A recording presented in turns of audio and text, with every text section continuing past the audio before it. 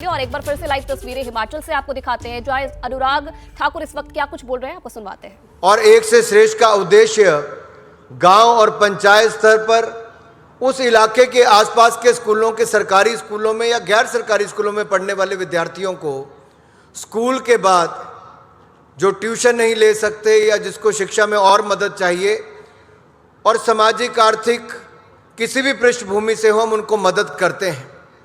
मुझे कहते हुए प्रसन्नता है कि माननीय उपराष्ट्रपति जी 9,000 से ज़्यादा बच्चे इसमें पढ़ते हैं। लगभग 32,000 से ज़्यादा लोगों के जीवन में एक बड़ा बदलाव आया है और आज आपके ही कर कमलों से 500वें केंद्र का भव्य लोकार्पण आज एक से श्रेष्ठ केंद्र का होने जा रहा है।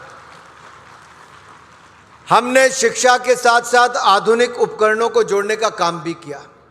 हम इसमें टीचर ट्रेनिंग प्रोग्राम भी करते हैं और आज आपके कर कमलों से ही जहां एक और 9,000 बच्चों को स्कूल बैग मिलेंगे।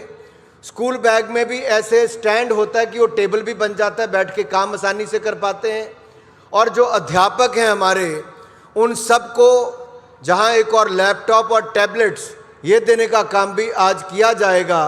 तो जहां एक और टीचर्स के लिए टैबलेट्स ऐसी सुविधा होगी, वहीं पर बच्चों को पेंसिल बॉक्स, बैग, किताबों से लेकर अन्य सामग्री दी जाएगी। आप बाईं ओर देखेंगे, आपको किसी कार्यक्रम में ऐसा नहीं नजर आएगा। गेट था बाहर, तो वो भी हिमाचल का गेट था। ये आपके दाहिनी ओर बना है तो पेंसिल इसके ऊपर बनी हुई है।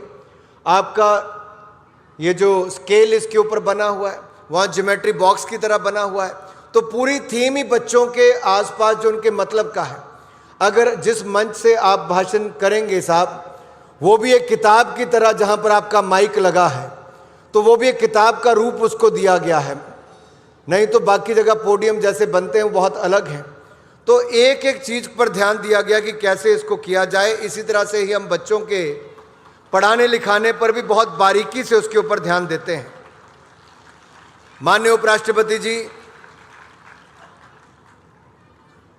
मेरे पिता स्वयं एक प्रोफेसर थे। 10वीं कक्षा तक यहीं हमीरपुर के स्कूल में 8 किलोमीटर पैदल जाकर पढ़ते थे और 10वीं के बाद LIC की नौकरी करने गए और तब शाम के कॉलेज में evening classes professor Prem Kumar Dhumal जी लेते थे। BA किया, MA किया, लॉ किया और फिर प्रोफेसर लगे।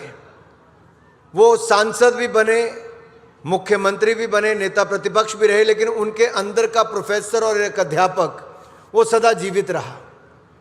तो जब मैंने बाकी कार्यक्रम शुरू किए तो उन्होंने कहा कि बेटा, सबसे बड़ा आधार शिक्षा होता है और मेरे अंदर का वो अध्यापक बार बार कहता है कि मैं और बच्चों को पढ़ाऊं। तो मेरे मन में आया कि मेरे पिता और पढ़ाना चाहते तो हम क्यों ना एक ऐसा कार्यक्रम शुरू करें जहां गरीब और सामान्य परिवार के बच्चे भी पढ़ सकें।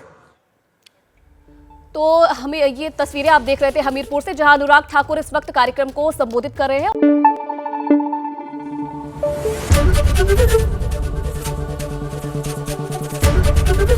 ABP न्यूज आपको रखे आगे।